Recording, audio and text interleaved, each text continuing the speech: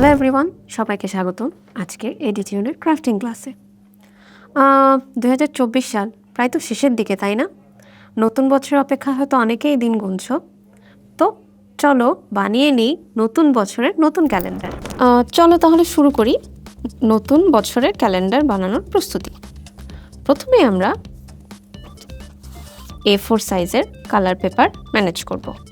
তারপর পেপারকে ছোট টুকরায় পরিণত করব। সেই ক্ষেত্রে আমি দেখিয়ে দিচ্ছি।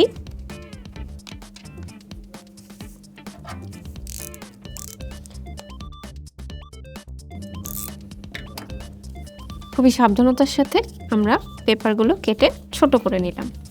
এবার একটু সৌন্দর্যের জন্য আমরা পাশ থেকে হালকা করে কেটে নিতে পারি।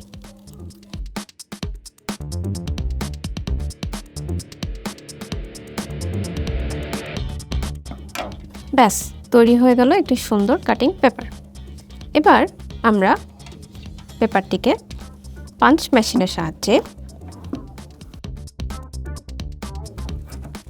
পাঞ্চ করে এমন একটি ছিদ্র তৈরি করে নিতে পারি।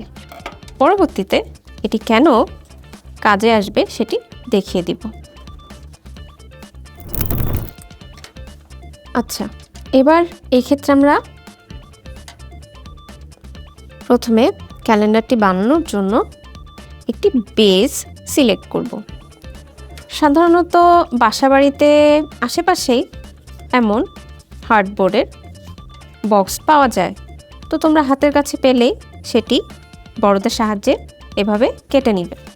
কেটে নেওয়ার পর আমরা একটি বড় টুকরোর উপরে একটি ছোট টুকরো অ্যাড করে এভাবে ডাবল লেয়ার ক্রিয়েট করতে পারি।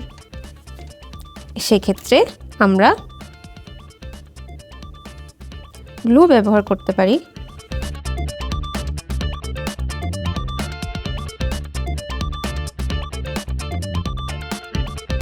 ব্যাস, আমাদের ক্যালেন্ডারের বেস রেডি। এই ক্ষেত্রে আমরা আমাদের পূর্বে যে পেপার ছিল সেই পেপারটি সেট করার জন্য একটি নির্দিষ্ট জায়গা সিলেক্ট করব।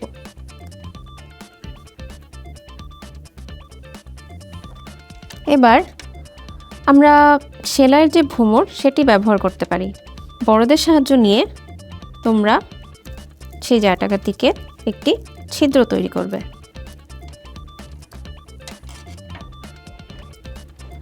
আর আমরা খুব সহজেই স্টিকগুলো যে কোনো দোকানেই পেয়ে যেতে পারি।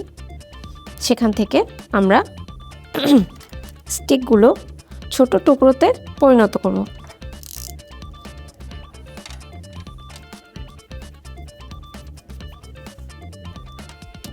এক্ষেত্রে অবশ্যই বড়দের সাহায্য নেবে।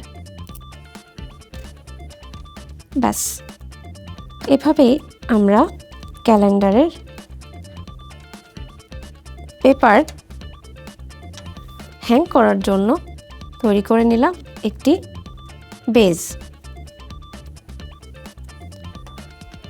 ওকে, এবার চলো আমরা এভাবে আরও অনেক কালার পেপার থেকে এভাবে কয়েকটি পেজ তৈরি করে নিতে পারি।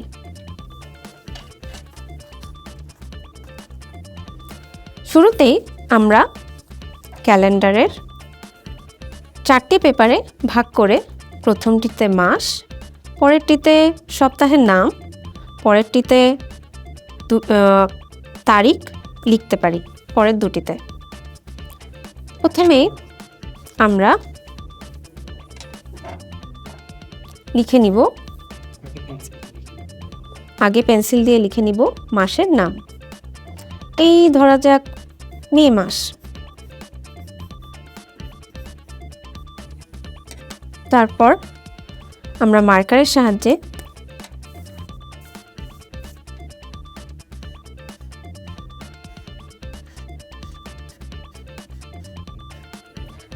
এটি নির্ভুলভাবে লিখতে পারবো। আর চাইলে কলম দিয়েও একটু ডিজাইন করে দিতে পারো, তোমাদের ইচ্ছা।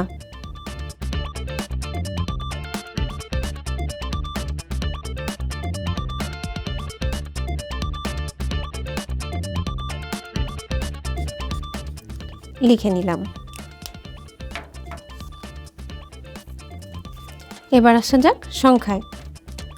সংখ্যার ক্ষেত্রে আমরা 0 থেকে 1, 2, 3, 4, 5, 6, 7, 8, 9 ক্রমান্বয়ে প্রতিটি সংখ্যা লিখে নিব।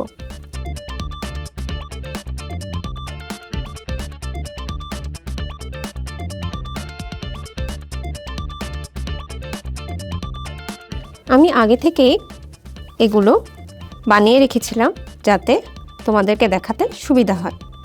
এভাবে আমরা জেমস ক্লিপের সাহায্যে পেপারগুলোকে একসাথে লাগিয়ে নিব।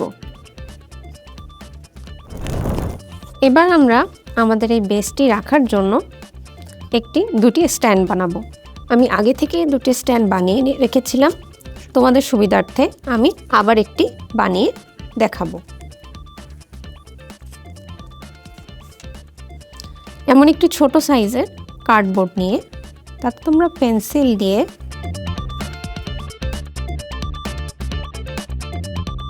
এভাবে বড়দের সাহায্যে অবশ্যই এন্টি কাটার ব্যবহার করে কেটে নিতে পারো।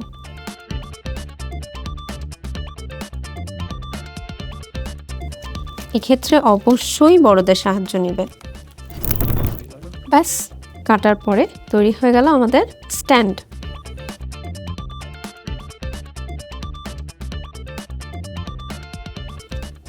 এবার আমি দেখিয়ে দিই কিভাবে স্ট্যান্ডটি কাজ করবে।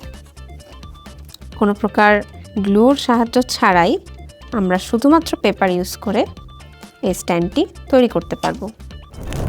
তোমাদের কি মনে আছে আমি শুরুতেই তৈরি করে রেখেছিলাম 4টা সেট পেপার। আমি এখানে জেমস ক্লিপ ব্যবহার করেছি দেখার সৌন্দর্যের জন্য এবং যাতে এগুলো একসাথেই থাকে এই সুবিধার্থে। এবার আমরা একে একে মাস, সপ্তাহের দিন এবং তারিখ, ব্যাস। তবে এটা তো নতুন বছরের তারিখ, তাই তো? 2025 সাল। আমরা এবার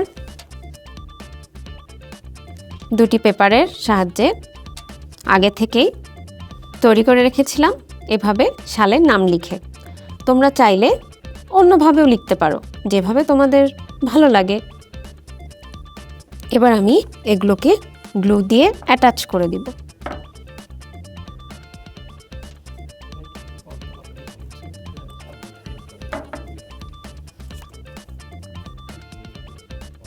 ব্যাস,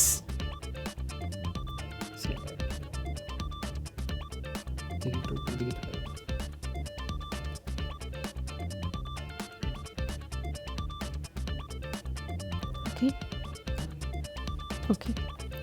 এবার আমরা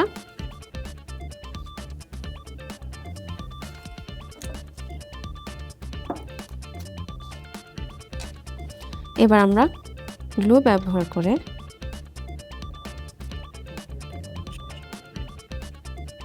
এটি ক্যালেন্ডারের পেজের সাথে লাগিয়ে দিব।